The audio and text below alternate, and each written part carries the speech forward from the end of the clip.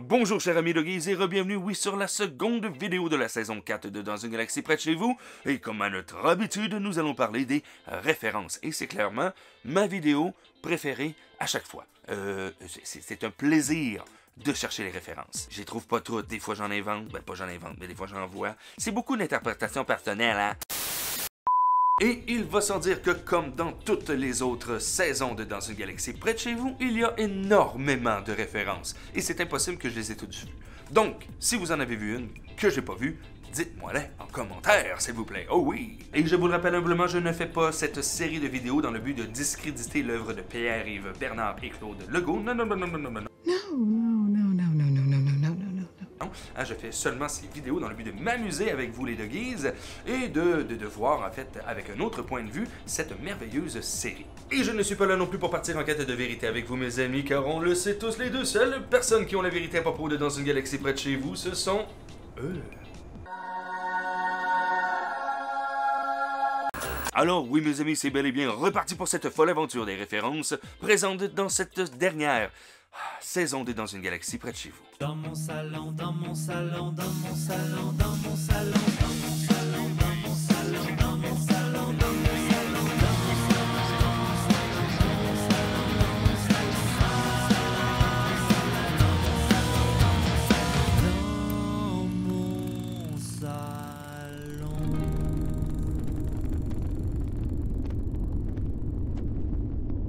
Saison 4, épisode 1, médecine d'ours. Alors, on voit souvent bien les références que l'on veut, ici c'en est une.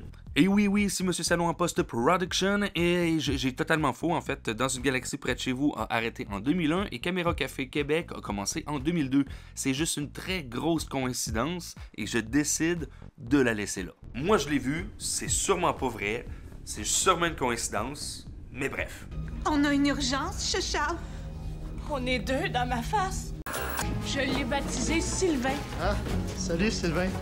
C'est peut-être moi qui vois un peu trop loin, mais n'y aurait-il pas là une référence à Caméra Café Québec? Après tout, Mélanie Ménard jouait aussi Martine dans Caméra Café et Sylvain s'est fait traiter une bonne dizaine de fois de face de pu. Mais attends, moi, il me reste juste un café à faire. Hey, tu comprends pas que c'est important? Lunettes, mon petit Sylvain? Je vais encore le dire, je l'ai dit souvent, mais la musicalité de cette série n'est plus approuvée. Oh, Flavie, tu me jouerais-tu un peu de guitare? Ça va me détendre. Oui.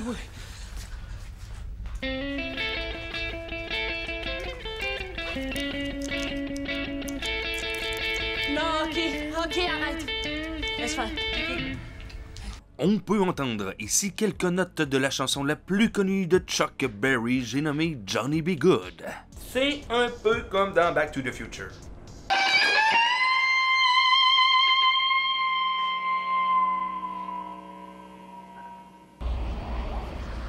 Et comme une référence musicale n'est jamais assez, en voici une autre. Bob, tu fais 8 indigestions par semaine. Dans ton cas, pour pas être malade, faudrait que tu manges moins. C'est nous un médecin. Ma gang de malades! Vous êtes donc... Ah, que je suis dos en forme, moi, ça se peut pas être en forme de même! On peut entendre Petrolia entamer un refrain bien connu des Québécois des années 2000 avec la chanson La Désise de Daniel Boucher, sortie en 1999 sur l'excellent album 10 000 matins. Hey, ma gang de malades! Vous êtes donc où? Et c'est la deuxième référence à cet album en 2 saisons. Donc oui, je vous le dis et je le répète, allez écouter cet album. Saison 4, épisode 2, Maman Brad. La naissance d'un enfant est toujours une expérience incroyable et c'est toujours une belle occasion pour fêter.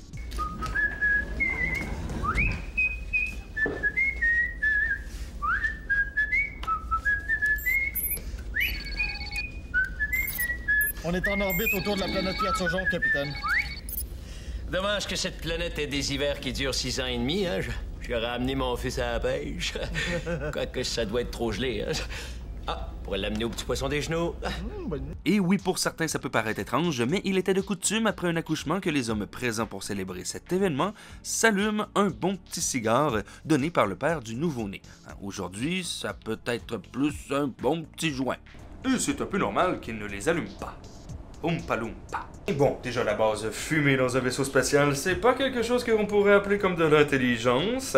Et bon, ensuite, hein, c'est une mission pour jeunes, donc ils vont pas commencer à... Mais quand même. Même quand il est question de religion, ils vont toujours vers la mélomanie. Incroyable, mais oui. Ça veut dire que c'est le Saint-Esprit qui a fait ça! C'est Jésus! Oui, c'est Jésus! Puis Valence, c'est Marie, le capitaine, c'est Joseph, moi je suis le bœuf, Flavien, c'est l'âne, puis le vaisseau, c'est l'étable, puis Brad, c'est le tas de fumier! Le Seigneur est mon berger! Alléluia! Et oui, ici, on peut entendre une magnifique référence à une chanson bien connue des anciennes générations qui ont dû faire de la pastorale.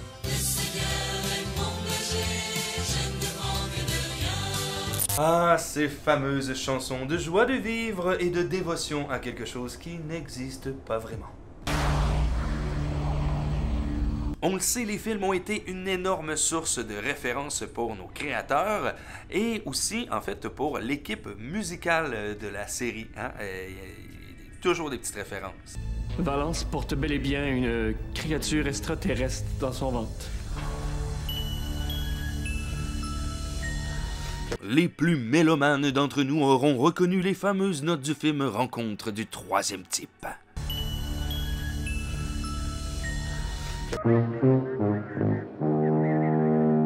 Je sais pas si je vous l'ai déjà dit, mais vous devriez voir ce film. Il y a tellement de références à ce film un peu partout dans la pop culture. Faites-le.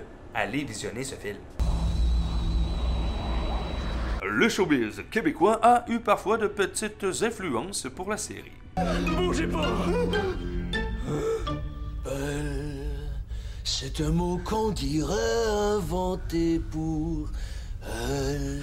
Encore une fois, une référence musicale, et ici c'est à propos d'un spectacle à grand déploiement qui a eu un écho mondial. J'ai nommé le personnage du bossu de Notre-Dame de Paris, tiré de l'opéra de Luc Plamondon.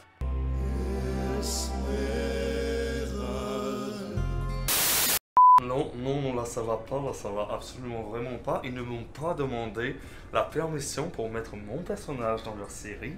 Non, ça va absolument pas du tout. Ici, amis sportifs et artistes, il y a une petite référence pour vous. Oh oui, 2 en 1. Gaspiller nos bandes de hockey sur cette affaire-là. Certes, ceci est bel et bien des bandes de hockey, mais avec la petite espace que ça donne, eh bien ça fait énormément penser à la patinoire de la LNI, hein, la Ligue nationale d'improvisation. Et voici la toute dernière photo de toute l'équipe du Romano Fafard réunie pour un match spécial de la LNI, hein, qui a lieu en septembre-octobre dernier. Les pros, c'est une richesse énorme pour des moments anthologiques, clairement. Qui dit enfant dit comptine, et qui dit comptine dit aussi J'ai 3 yeux, tant mieux. 4 oreilles, c'est pareil. 6 épaules, c'est drôle. 8 bras, ça va. les bonnes vieilles comptines de passe-partout. Ah, souvenance. Brosse, brosse, brosse, je me brosse les dents. Parce que oui, ça l'a marqué plus d'une génération et que c'est loin d'être fini. Ha!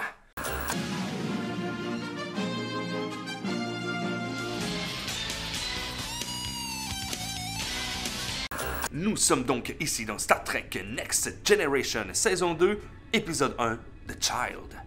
Alors que l'épisode commence lorsque l'Enterprise s'apprête à transporter un dangereux virus en provenance de la planète Hokdet 4, nous apprenons que Dana est fécondée par une forme de vie inconnue. Son bébé, qui a une croissance étonnante, est mis au monde par le nouveau médecin-chef, le docteur Pulaski, au bout de 36 heures de gestation seulement.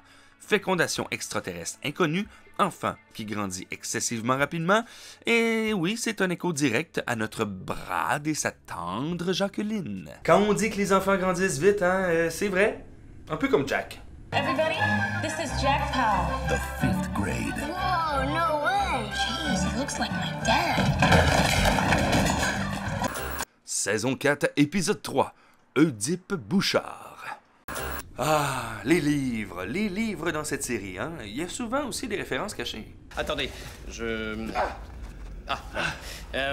si je pouvais prendre sur mes épaules les torts qui vous ont été faits, je le ferais Aussi grand c'est tort soit-il. Ça va! Eh bien, ici, on peut voir une autre publication Dog, mais qui fait référence cette fois-ci à une des séries de livres les plus populaires des années 90-2000, les livres pour les nuls. Vendu partout dans le temps, et pourtant, j'ai jamais vu personne en lire un. Alors ici, je le place en référence parce que je me gâte, mais aussi parce que, bon, c'est une farce vue ici et là depuis 20-30 ans. Hey, vous allez être une reine. Hey, moi, c'est mon rêve d'être une reine. Un roi, je veux dire. Ah, Brad, vous savez, ce personnage est sensible, un peu comme Martin Prince dans Les Simpsons. Come to fruition. Soon I'll be queen of summertime. Oh, king, king! Deux petits gars bien troublés. Ouais. Qui veut une référence qui décoiffe? Moi. Il était vraiment pas de bonne humeur, hein? Je m'en fous de Flavien. Oh! C'est la femme que je veux. Oh, est-ce qu'on vous a déjà parlé du rince-bouche? Hiroshima Mentoliptus? C'est un rince-bouche au bon goût de bombe atomique. Hiroshima Mentoliptus. Disons qu'avec ça, ça te décape les gencives, hein? Car oui, hein, Hiroshima est l'une des deux villes frappées par une bombe nucléaire larguée par les États-Unis sur le Japon en 1945. Joke qui passe à moitié aujourd'hui, disons. Disons que côté gencive, ça doit saigner un peu. Saison 4, épisode 4, No Man's Land. Quoi de mieux que de name-dropper un nom d'une personnalité québécoise pour nommer un objet céleste? La Voie lactée, Patricia Paquin. On est arrivé. Comme cette chère Patricia Paquin, qui a été animatrice de 0340 de 92 à 98 et co-animatrice à Flash de 95 à 2006, en plus d'avoir fait le Téléthon Enfant Soleil durant plus de 10 ans. Bref, respect, très chère Patricia Paquin. Respect. Ah, la lutte. Il fut un temps au Québec où est-ce que c'était excessivement populaire. La lutte est en train de revenir à l'avant-plan depuis quelques années, mais dans le temps, on avait vraiment des grosses vedettes au Québec. Oh, si vous me cherchez à me masser les muscles, oubliez ça, je ne l'ai pas. Le 29 avril au soir au centre Paul Sauvé, je vais t'arracher la tête! Oui, le centre Paul Sauvé a bel et bien existé, c'est même un gros morceau de l'histoire du Québec qui a été détruit en 92. Dans les années 60-70, c'était un lieu mythique de la lutte professionnelle québécoise, là où les Rougeaux, Langevin, Vachon et autres se sont tapés sur la poire allègrement. Dans les années 80, cette aréna va se transformer en lieu central pour le Parti québécois ainsi que pour l'indépendance du Québec. Et c'est à ce même endroit, en fait, que l'on va entendre plusieurs discours mémorables, dont celui-ci. Si je vous ai bien compris, vous êtes en train de dire à la prochaine fois. Bâtiment mythique et historique du Québec, il a donc été détruit pour se faire remplacer par des maisons de ville. Donc, tant mieux, il y a des gens qui ont trouvé des toits. Quand il est question de malbouffe pour les adolescents des années 90 et 2000, il n'y a pas tant de choses à se poser comme question. Oh non. Ça détend. Qui c'est qui veut une autre pizza pochette? Oh que oui, les pizzas pochettes de McCain. Sachez que ce concept de pizza dans une pâte existe depuis 1964 en fait, grâce au Canadien Paul Farassi, qui a créé les pizzas pop. Oui, celles de Pillsbury. Donc, voilà, pizza pochette, pogo. On comprend donc que le Romano Fafard est rempli de cochonneries, en plus du nombre incommensurable d'objets qui ne servent à rien. C'est vraiment des cochonneries. Tout est de la cochonnerie, c'est collé. Saison 4, épisode 5, Cuit. Pour la première fois de toute la série, et là, j'ai peut-être tort, mais selon mes recherches, j'ai pas tort, c'est la première fois qu'il y a un nom de personnage secondaire qui ne veut rien dire. Pas en référence, du moins. Et dire que Brad est avec nous sain et sauf. Oh, si j'avais l'étoffe d'un leader, d'un homme comme Tyler Pomerleau, la mission serait complétée depuis longtemps. Ce bon cher Tyler Pomerleau, ou Pomerleau, en fait, n'existe pas en tant que tel. Et selon mes recherches exhaustives, il ne m'apparaît rien de connecté ou de relié à Dans une galaxie près de chez vous avec ce prénom et ce nom. La seule chose que j'ai pu trouver, c'est qu'il existe effectivement un Tyler Pomerleau à Boston. Voilà. Alors, si un de vous, chers doggies, sait quoi que ce soit sur cette possible référence, s'il vous plaît, éclairez-moi. Bon, on le sait tous, hein, l'humain a pris comme habitude de nommer les astres célestes observables pour se repérer, pour se donner l'impression d'avoir le contrôle sur une petite partie de l'univers. Les noms. Oh, t'oublies que c'est le capitaine Pomerleau qui a sauvé la Terre de la terrible comète Philémon 17. Ça, c'est la comète qui menaçait de frapper la Terre. Hein? Non, c'est une comète qui menaçait de dégonfler nos pneus basiques. Alors, ici, nous apprenons l'existence de la comète Philémon 17. Très beau nom pour une comète, j'adore. Seulement, elle n'existe pas. Ben non, aucune comète à ce nom n'est répertoriée pour l'instant. Cependant, Philémon 17 me renvoie à la Bible et étrangement avec le livre de Philémon, 1:17, où il est inscrit ceci. Si tu me tiens pour ton ami, mon frère, reçois-le comme moi-même. Ce qui n'explique et rajoute absolument rien à l'épisode. Ça arrive. Bon, hein, il y a des épisodes où les références possibles sont multiples. Hein. Celui-là, c'en est un. Vous allez voir, il y en a beaucoup. Que s'est-il passé, Brad? Je vais vous faire une démonstration. Excusez-moi. La sonde est passée entre les deux étoiles, Faramine 17 et Schneider 6. Alors, ici, nous avons deux étoiles à nommer. L'une d'elles se prénomme Faramine 17 et Schneider 6. Alors, pour petite information, hein, le mot faramine existe bel et bien. Il est à la base du mot faramineux et faramine désigne en fait des bêtes, des animaux considérés comme sauvages, nuisibles, hein, des bêtes faramines. Et pour ce qui est de la deuxième étoile, Schneider 6, eh bien, en tant que Québécois, hein, on a comme juste pas le choix de penser à Julie Snyder. Donc, est-ce que cela serait un message secret, subtil, destiné à la Julie Snyder des années 90 et 2000? Elle sait pas. Et là, en l'espace de 6 minutes, nous avons eu 4 références. J'espère que ça va se calmer. Enfin bon, en voici une sucrée. Ces deux étoiles sont si puissantes que la sonde a été endommagée par la chaleur. Selon ce que je peux en tirer, Selon ce que je peux en tirer... Bien entendu, je n'ai pas de preuves tangibles, mais ça ressemble fortement à un Timbit. Hein. Il serait logique qu'un équipage canadien qui parte dans l'espace se dote d'une petite réserve de Timbit. Étant donné que c'est la seule chose potable chez Tim Hortons. Pour celle-ci, hein, vous savez, hein, on voit bien ce que l'on veut. Donc moi, j'ai décidé de voir ce que je veux voir, donc je vois ceci. Balance! Flavien, il faut arrêter ce massacre!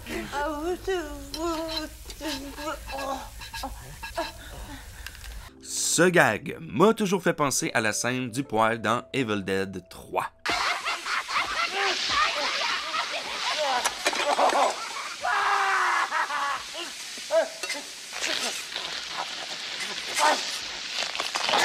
Ce qui ne change absolument rien au fait que c'est drôle en sacrament.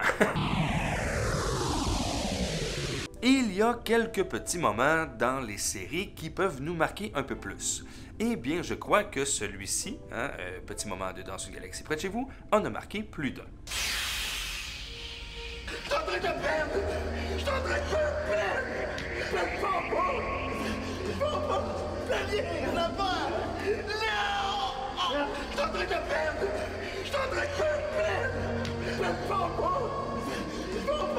Flavien, on a peur! Non!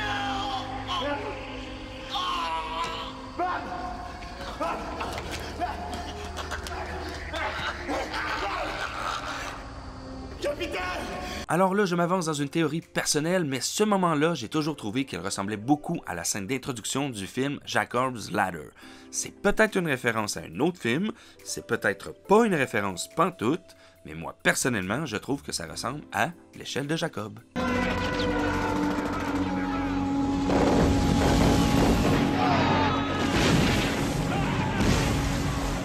Et c'est un film que je recommande chaudement à tout le monde. C'est trashouille sur les bords, intense parfois, mais si vous voulez un peu comprendre la réalité des anciens combattants, voilà. Oh oui, si, j'adore ça. Ok, oui, petit clin d'œil à la saison 1. Zumi, Aujourd'hui, vous êtes allés par-delà du courage. Ensemble, nous sommes allés là où l'héroïsme caresse la folie. Mais quelle joie de voir un props de la saison 1, épisode 1. Je pense immédiatement à Falbo quand je vois ça. Hey, une boisson gazeuse, petit format, comme d'habitude.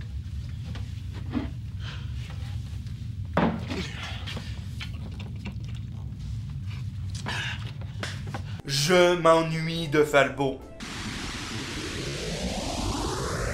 Esta vez vamos con una referencia de México. En plus, on va tous s'amuser car j'ai une surprise pour vous.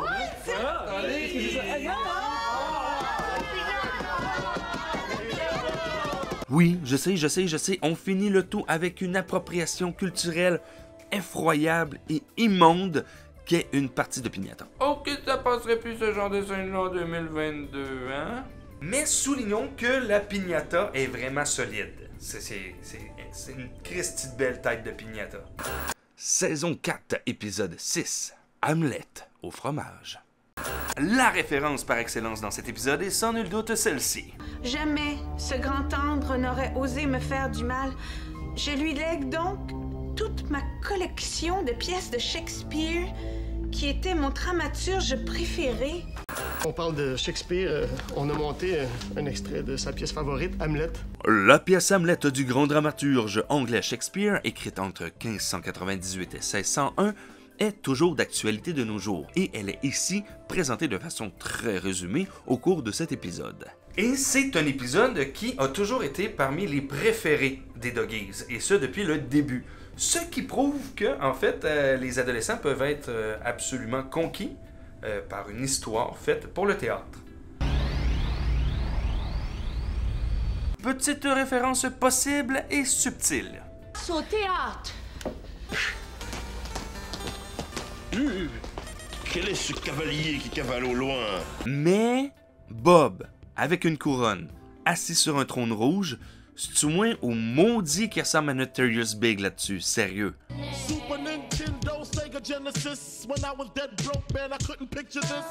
Moi, je trouve qu'il y a des airs. Moi, je trouve qu'il y ressemble un peu. Quand il est question d'ambiance musicale dans une galaxie près de chez vous, eh bien là. Alors, en premier lieu, on peut entendre ici...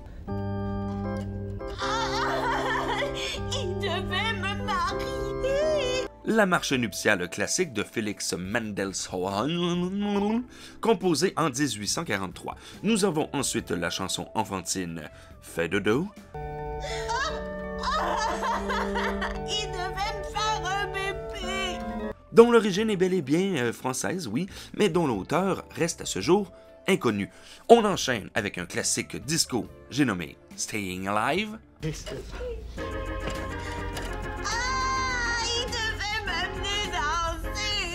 Restez en vie. Le capitaine est mort. Lol. Staying Alive, donc composé par les Bee Gees en 77. Et pour finir, le classique des enterrements.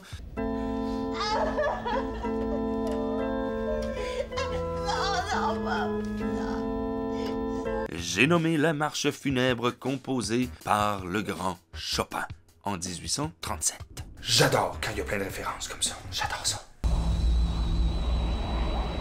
Un des moments classiques de Brad et des plus aimés des Doggies est sans doute celui-ci. Je sais. Je vais changer d'identité. À partir de maintenant, je m'appelle Raúl Ramirez et je suis propriétaire d'une petite épicerie. Mais il se cache ici une référence, car oui, Raúl Ramirez a bel et bien existé et c'est un ancien joueur de tennis mexicain. Raúl Ramirez est encore aujourd'hui considéré comme l'un des meilleurs joueurs de tennis de tous les temps, détenant encore le record de victoires en simple et en double en 76 sur le circuit du Grand Prix. Et oui, derrière ce nom d'emprunt se cache un géant du sport. Je l'ai déjà mentionné, mais Brad, en fait, Monsieur Stéphane Crête, semble être une personne excessivement cultivée. Et il le prouve très souvent avec des vieilles chansons qui doivent certainement pas être dans le scénario. Bref, en voici une. Qu'est-ce qui se passe? Qu'est-ce que vous faites? Pourquoi je suis ici? À qui le petit cœur après 9 heures? À qui le petit cœur après 9 heures? Il est à qui? Oh que oui, ceci est bel et bien une chanson interprétée par Roger Miron, sortie en 1956. À qui le petit cœur après 9 heures? Est-ce à moi? rien qu'à moi. Quand je suis parti loin de toi, chérie, à qui tu quittes après 9 heures. Un classique des vieilles chansons québécoises et c'est aussi un bon verre d'oreille, là. Donc je suis désolé.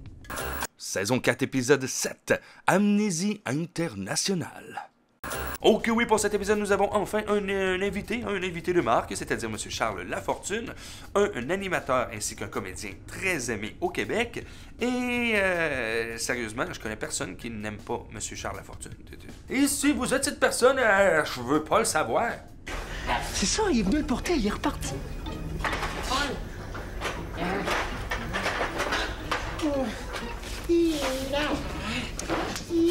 Monsieur Charles, qui nous a donc interprété ici Flashy Fresh, a été présent dans plusieurs succès télévisuels québécois, comme Watatata, Les Poupées Russes, L'Anse et Compte, Le Cercle, La Classe de 5e, etc.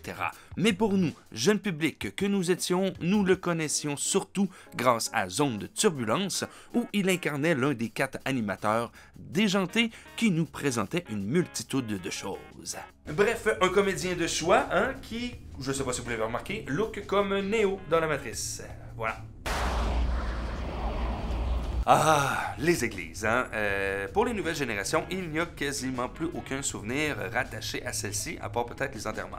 Mais pour les enfants des années 90 en descendant, eh bien, c'est tout autre. Capitaine, c'est notre seule passion depuis qu'on est gros de même. Te rappelles-tu, Flavien? Le vendredi soir, on allait jouer dans le sous-sol de... C'est quoi la bâtisse là, avec une croix sur le top, là? Une église? La majorité d'entre nous avons été baptisés et on a fait notre première communion, certes, mais les églises et surtout les sous-sols d'églises étaient pour beaucoup de villes et villages un lieu de réunion, d'activités organisées, de petits tournois, de soirées de jeux, de soirées de danse. Donc oui, absolument, le souvenir de Bob ne peut qu'être véridique. Pour les gens de Québec tout comme moi, nous avons une référence pour nous, juste ici. Une fois rechargé, mettez-le en fonction. Dentiste. Bonhomme carnaval. Testeur de shampoing. Ce bon cher bonhomme carnaval, toujours prêt à se faire name-dropper n'importe quand, n'importe où. Dans le temps du carnaval, pour un plaisir sans égal, pour un plaisir sans égal. 1, 2, 3, go, oui, oui, oui, oui. Alors, pour les amateurs de hockey, nous avons une double référence au hockey ici. On s'en va vers le gang de Planète. Patrice, je me rappelle pas du nom de famille.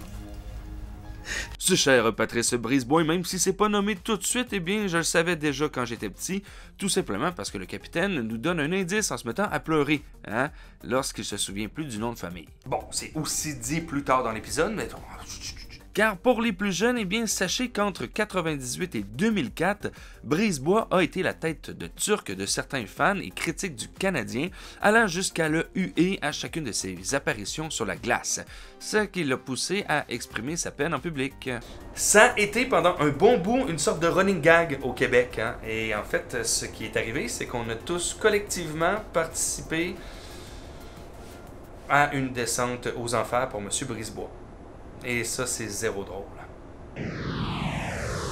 Ce bon vieux cher Brad, il a une force ancrée en lui, mais il l'utilise seulement quand il le veut.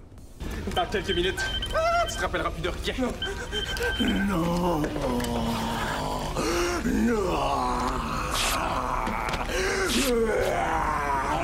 Et c'est pourquoi on nous le dépeint ici en tant que le scientifique Bruce Banner et son double Hulk. Et le pire, c'est que ça marche comme tactique. Mais oui! Saison 4, épisode 8, Astéroïde. Ah, alors ici nous avons une référence dans le futur. Oui.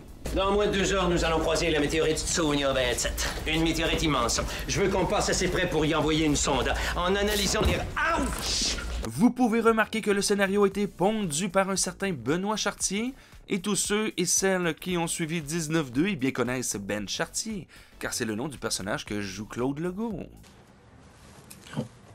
T'as pas sur un pont. Ben, retournez dans votre chambre. Et le vrai Ben Chartier, en fait, est un ami personnel de M. Claude Legault. La boucle est bouclée. What's that? It's called the loop-de-loop. Alors, je l'ai dit tantôt, hein, mais parfois dans la série, il name drop des personnalités connues pour nommer des objets célestes. Mais ici, il y a quelque chose de différent. Très bien. Dans ce cas, vous allez montrer à Bob et Flavien exactement comment faire. Et faites-les répéter souvent. Ils apprendront. N'oubliez pas que c'est en forgeant qu'on devient Michel Forgette. Vous voyez ce que je veux dire? Bien sûr, capitaine. Michel Forget. Pour les plus jeunes, vous ne le connaissez pas car il est absent du monde télévisuel et cinématographique depuis 2014, mais sachez que l'homme à la moustache éternelle a participé à plus de 20 téléséries et 20 longs métrages. Bref, monsieur Michel Forget, respect. Une petite rapide ici qui est peut-être en fait clairement de l'interprétation personnelle. Seigneur, la terre détruite à grands coups de Saskatchewan, ça doit faire mal. Le timbre de voix ainsi que la façon dont le capitaine dit Seigneur m'a toujours fait penser à la chanson de Kevin Parent, Seigneur. Seigneur, Seigneur, Seigneur. Lucifer, Lucifer, t'as profité de ma faiblesse pour me faire visiter l'enfer. Et oui, qui dit espace et astéroïdes menaçant la planète, dit aussi forcément... Notre mission, c'est de trouver une planète. Pas de faire du jardinage dans le cosmos en pelletant des garnottes de 900 km. Hein, les terriens vont bien voir qu'il y a une météorite qui s'en vient sur eux. Ils vont se débrouiller, ils vont envoyer Bruce Willis. Je sais pas, moi, ils vont faire quelque chose. Oh oui, on peut donc entendre ici un merveilleux hommage au film Armageddon, sorti en 98, réalisé par Michael Bay, mettant en vedette Ben Affleck et Bruce Willis. Ce bon vieux blockbuster. La mélomanie claire et abandonnée des personnages dans la série peut se résumer en 2 mots. Ici. Hein? Bon, vous devriez aller au poste de commandement tracer la trajectoire de la météorite. Hein? Hein? Au travail. Allez, allez. Allez, allez, allez. Ouais, bon. Et comme ici, oui, hein, à chaque fois que Brad dit cette phrase-là, eh bien, j'ai cette toune-là dans la tête. Pis là, maintenant, c'est vous qui l'avez dans la tête. Saison 4, épisode 9, La belle ordure. Ah, la faune et la flore du Québec, hein? On a tellement de merveilleux lacs. Radioactivité 0, indice de contamination de l'eau 70%, pas pire que l'aide des castors. Signes vitaux non apparents. Le fameux lac aux castors, celui qui se situe sur le top du Mont-Royal. Il a été dessiné par l'architecte Frederick Gage Todd en 1938 sur le site d'Anciens Marécages. Il tient son nom du fait que d'anciens barrages de castors ont été découverts lors des travaux. Est-ce qu'il est si pollué que ça? Bon, ça je le sais pas, hein? On commence à être quand même au courant, hein, qui dit dans une galaxie près de chez vous, dit OK. OK, Brad, let's go. On s'appelle uniquement si vous découvrez une forme de vie quelconque. Allez, allez. Allez, na na na na na na na, hey, goodbye. Ah, mes amis, ici on peut entendre une fois de plus la merveilleuse chanson Nana et Kiss Him Goodbye du groupe Steam sorti en 69. Chanson qui rappelle à tous les Québécois l'univers du hockey. Et oui, mes amis, nous avons une nouvelle fois une comédienne invitée. Moi, c'est Nicotine. Ah, c'est ça. J'aurais besoin d'aller... Au petit coin, c'est bon. Je vais vous accompagner. Occupez-vous de Brad, s'il vous plaît, mademoiselle Leclerc. Comment ça, mademoiselle Leclerc? Cette chère Geneviève Brouillette, comédienne de grand talent, très appréciée, très présente à la télévision dans les années 90, Blanche, Jasmine, Urgence, Un gars, une fille, 4,5, et sur son tableau de chasse, on doit ajouter qu'elle a déjà eu la chance de jouer avec Philippe Noiret en 2003 dans Père et fils, réalisé par Michel Boujna. Comédienne de talent qui a donc fait son tour dans le Romano Fafard. Alors, chose rare dans la série, ici on a un moment background, il se passe quelque chose en arrière.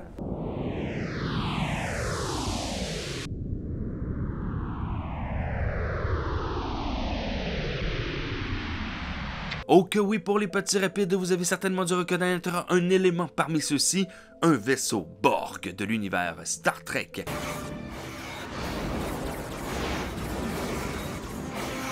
Et un peu plus loin, on a un indice qu'un vaisseau Starfleet soit présent aussi, avec les couleurs rouge et bleu qui peuvent faire penser aux busards des vaisseaux. Des petits clins d'œil comme ça, des petites références cachées comme celle-ci, j'en mangerai à chaque jour. J'adore ça. Une très rapide, très peu nommée et ô combien présente. Laissez-moi pas tomber. On va laisser tomber. Nicotine! Non! Ma nini, ma coco, ma titine, ma kuna, ma tata. Celle-ci passe vite et est presque inaperçue, mais on parle bien du Roi Lion. Hakuna Matata. Quoi? Hakuna Matata! Quelle phrase magnifique, mais quel son fantastique! Et oui, quand il y a un docteur dans l'assistance, on doit s'attendre à l'entendre au moins une fois. C'est ta Valence, veux dire au docteur Leclerc. Excusez-moi?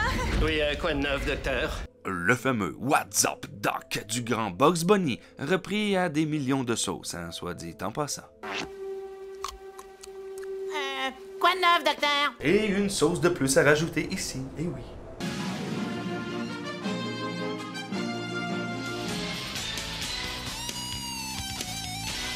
Nous sommes dans la saison 1, épisode 6, Maud's Woman, et en fait, ce qui se passe, c'est que l'Enterprise fait rentrer à son bord un escroc, Harry Mudd, et il est accompagné de merveilleuses femmes qui l'accompagnent. C'est une belle façon de dire que c'est un pimp avec des péripatéticiennes. Donc, ces femmes ont un effet étrange sur l'équipage masculin de l'Enterprise. Un effet fortement relié à l'envie sexuelle, disons, et ce au point de dérouter leur mission. Il est assez facile ici de faire un beau lien avec notre nicotine préférée et son pouvoir attractif sur les hommes et leur agissement étrange. Car même dans Star Trek, le capitaine est dérouté par celle-ci. Mais c'est aussi un trait de caractère du capitaine Jim Kirk. Saison 4, épisode 10. Le destin. Pour cet épisode, nous avons le droit à une autre comédienne invitée et une de mes préférées, personnellement. Jamais. Jamais. Jamais.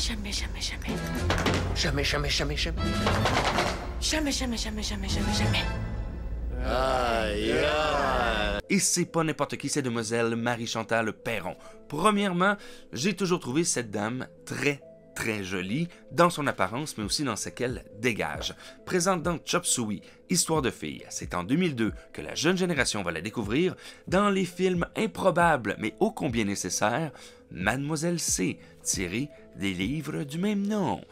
Et je dois tout de même souligner ici que son personnage dans Dog se prénomme Destinée, et que Madame Perron a joué entre 2007 et 2014 dans Destinée, dans le rôle d'Annette Léger. Grande comédienne qui a donc su rajouter un petit peu de sa magie à cet épisode. Et parfois dans la série on parle de cinéma, hein, comme ici. Non Bob, la question avec un gros cul. Est-ce qu'on mange pour souper? Non, capitaine, vous devriez pas faire ça, là. Non, vous pourriez le regretter. Non. Ça, c'est comme quand on va au cinéma puis que quelqu'un nous dit la fin du film, là. On n'est pas au cinéma. On est dans la vraie vie. Destinée... Estimée? Non, destinée. Oh. Oui. Allons-nous un jour trouver une planète habitable pour loger les humains?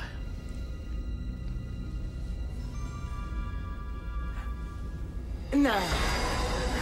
Et c'est drôle ici qu'on parle de film parce que les petits rapides vont avoir compris que nous sommes ici devant une partie du scénario du premier film. Car oui, nous sommes bel et bien devant un devin qui va leur dire si oui ou non, il existe une planète où ils peuvent y déménager les terriens. Hein? Des petites brides, hein? Par-ci, par-là, par là-bas, par ici. Dès qu'on parle de Dans une galaxie près de chez vous, on peut parler de musicalité. Là, je vais manger toutes les peanuts gratis, puis après, je vais repartir avec des milliards de beaux dollars juste pour moi. Pas pire, hein? Non, Brad. Tricher, c'est voler, puis voler, c'est pas beau. Demander la charité, c'est quelque chose que je peux pas faire. Chaque jour que moi... Non, c'est bon, merci. On peut entendre ici les paroles de la chanson « Travailler c'est trop dur » de Zachary Richard, sortie en disque pour la première fois en 1975 sur l'album Mardi Gras. Et si vous ne connaissez pas l'œuvre de M. Zachary Richard, eh bien je vous conseille fortement d'aller écouter au moins une couple de ses chansons. Ça parle beaucoup. Brad est un personnage très cultivé. Stéphane Crête aussi, j'en suis certain. C'est pourquoi, avec lui, les références pleuvent. Et pleuvent et pleuvent. Vous faites pitié.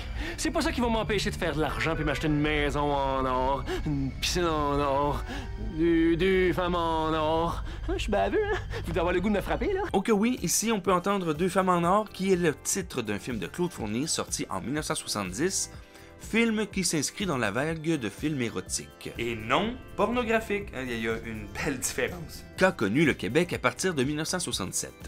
Très mal reçu par la critique qui dépeint Fournier comme un profiteur surfant sur le style popularisé ici par Denis Héroux avec son Valérie, Deux femmes en or reste tout de même à ce jour un des films ayant le plus rapporté d'argent à sa sortie au Canada avec 2 millions d'entrées dépassant les blockbusters américains du moment. Donc, il en a marqué plusieurs. Saison 4, épisode 11, Casano Brad. Commençons par le commencement. Le titre. Casano Brad fait directement référence à Giacomo Casanova, qui est un aventurier vénitien, mais pas que, hein, car il sera violoniste, écrivain, magicien, espion, diplomate, puis bibliothécaire. Hein. En plus d'être un amant assez taurine, car selon sa biographie, eh bien, c'est 142 femmes avec lesquelles il aurait eu des relations sexuelles. Ce qui n'est pas rien pour les années 1700. Hein? Personnage historiquement véridique comme Don Juan, jouisseur et exubérant, il vécut en homme libre autant en pensée que via ses comportements. Voilà donc le pourquoi du comment de ce magnifique titre enjôleur. Alors ici, c'est comme une référence subtile. C'est subtil. 3 mars 2038, essai de la machine fabriquée par Brad Spitfire, l'appareil à clonage portatif. En 2009, sur la Terre, le clonage humain a été interdit, mais dans l'espace, on n'a pas spécifié. On ne parle presque plus de clonage ces temps-ci, mais dans les années où la série a été tournée, je vous rappelle que Dolly venait de naître en 96, et Raël et ses petits copains sont pas bien loin dans le futur avec leur supercherie de clones humains annoncée en grande pompe en 2002. Et l'interdiction de cloner des humains me semble à propos. Pour celle-ci, c'est un peu bizarre. C'est comme une référence à un costume.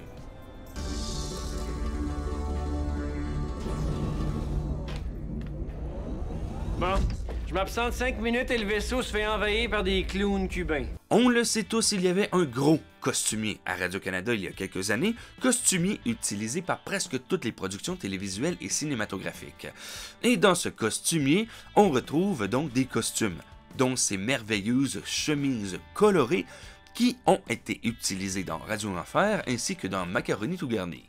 Et je suis sûr et certain qu'elles ont été utilisées à d'autres moments dans l'histoire télévisuelle du Québec, donc si vous les connaissez ces moments, eh bien dites-moi dans les commentaires, pour vrai j'aimerais ça savoir. Oh, attention, oui, attention ici, c'en est une musicale tout en ne l'étant pas. Wow! À moi toucher! Je m'en vais rejoindre Brad et que personne n'essaie de m'en empêcher. Ah, les nerfs Madonna.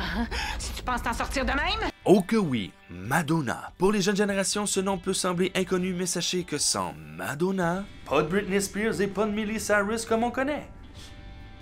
Je sais pas si c'est bien en fait. Madonna a brisé des tabous, défoncé des murs, aidé à donner une liberté corporelle aux femmes, en plus d'avoir créé un univers musical bien à elle. Donc oui, pour répondre à nos instincts de jeunes adolescents dans le temps qui regardaient Petrolia sous un regard enjôleur, effectivement, c'est une femme fatale. On y va ici avec un petit clin d'œil à l'armée. Je dois protéger Brad. Il n'a enfreint aucun règlement. Capitaine, ça suffit!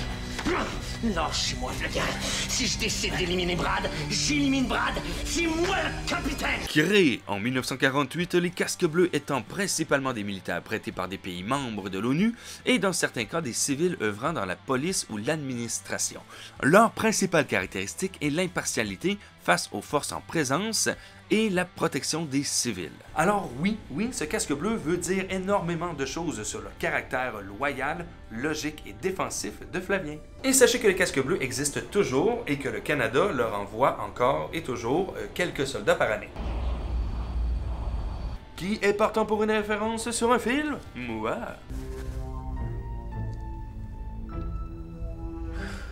Hasta la vista, baby. Et oui, c'est la phrase classique dite par Arnold Schwarzenegger dans Terminator 2 lors de la destruction presque finale du T-1000. Hasta la vista, baby.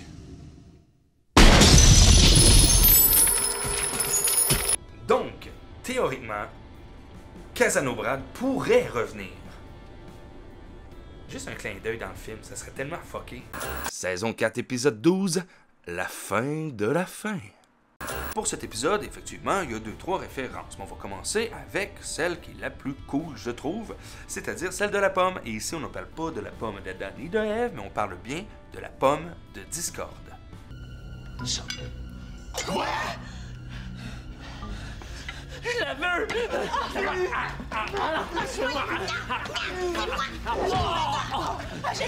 l'ai! C'est même pas une vraie! La pomme de la discorde est, dans la mythologie grecque, un cadeau fait par Eris au milieu du festin des dieux lors des noces de Pélée et d'Étis.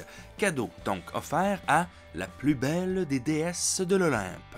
Peu s'ensuit entre Héra, Athéna ainsi qu'Aphrodite, qui tous les trois en fait réclament le fruit, ce qui va créer la guerre de Troie.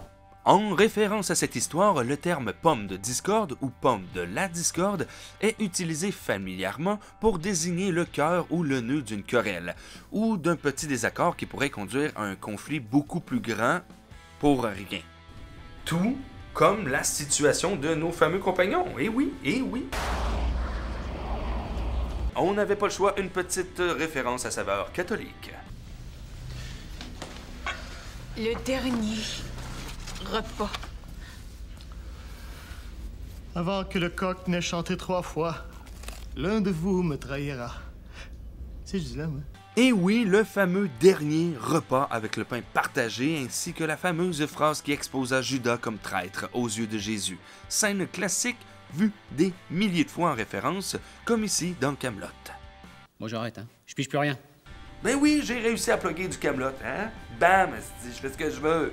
Oui, bon, donc voilà, hein, c'était une référence à l'Église catholique. Et comme gag final de cet épisode, nous avons droit à une référence à... Ça se pourrait-tu que...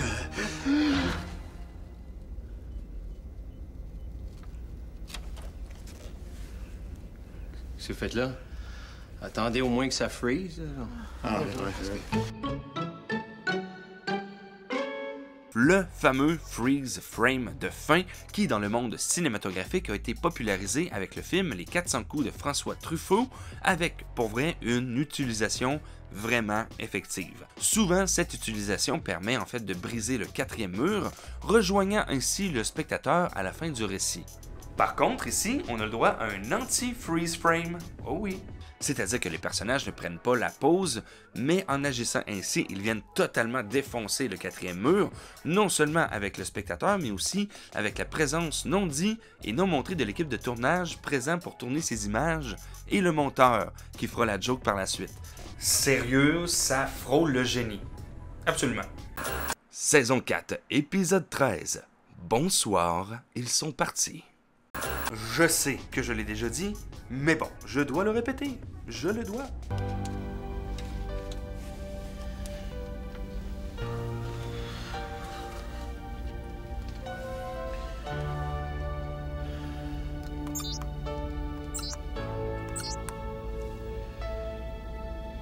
La manette utilisée pour faire décoller la navette pour acheminer les coordonnées de la planète est celle d'un Coleco, ancienne console de jeu vidéo. La magie de la récupération. Une des plus belles magies, absolument. Étrangement, dans une galaxie qui se près de chez vous est une série très engagée politiquement, sans trop s'engager politiquement. En voici une assez politique. Non, bien. Assurez notre protection à Valenci à moi.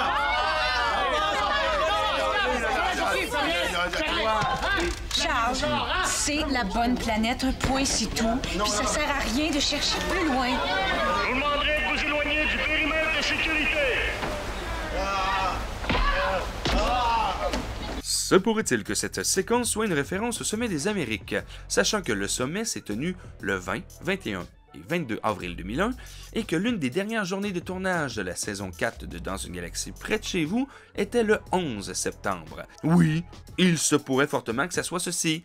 Surtout que la rencontre privée entre Valance et le capitaine pourrait être qualifiée fortement de rencontre au sommet, vu la décision à prendre. Et je rajoute une petite couche en soulignant que, ironiquement, Claude Legault étant policier avec un presque carré rouge sur le bras, alors qu'il jouera dans 19-2 un peu plus tard, et il sera aussi du côté des étudiants lors des manifestations de 2012 qui avaient comme symbole un carré rouge. Étrange que tout ceci. Étrange. Et pour finir, quand Dans une galaxie près de chez vous fait référence à Dans une galaxie près de chez vous. Moi, je te suis. Moi aussi. Nous autres aussi. Capitaine. Mais vous êtes malade? On retournera pas dans cette boîte de conserve-là? C'est une bonne vieille expression qui désigne un engin comme étant vraiment petit et renfermé, comme une boîte de conserve. Ce qui, étrangement, peut s'étendre au premier degré avec le Romano-Fafard, étant donné que sa carlingue est en forme de boîte de conserve.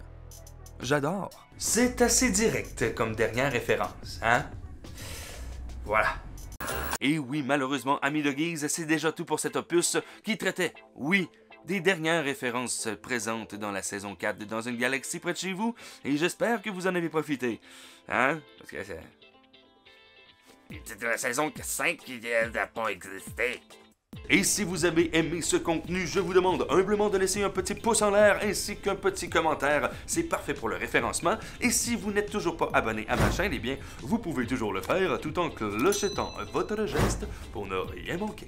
Et j'en profite par le fait même pour vous inviter à me suivre sur Facebook, sur Instagram ainsi que sur TikTok, si vous voulez avoir plus de contenu, et c'est tous des contenus différents. Oui. Et pour celles et ceux qui le peuvent et qui le veulent, eh bien, vous pouvez participer financièrement à tout ce processus créatif via mon Patreon. Voilà, je vous dis à très bientôt, amis de Geeks. Merci beaucoup pour votre visionnement et votre soutien. Et on se dit à très bientôt pour la prochaine vidéo qui sera sur les anecdotes présentes dans la saison 4 de Dans une galaxie près de chez vous. Et sur ce, n'oubliez pas, vous êtes toujours les bienvenus dans mon salon.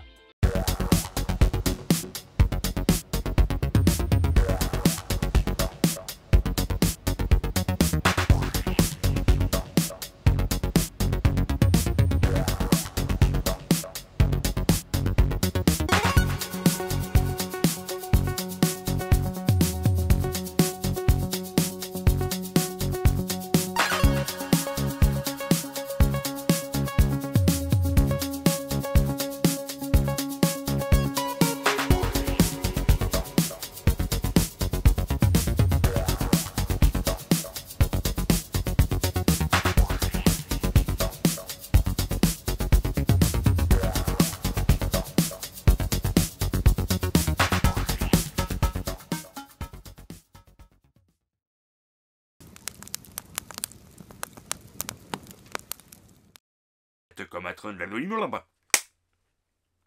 Presque. Esta vez manos.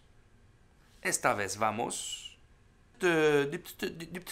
Voilà, Chris, influence. Esta vez vamos. Esta vez vamos. Il le prouve très souvent avec les vieilles chansons. Avec les vieilles chansons.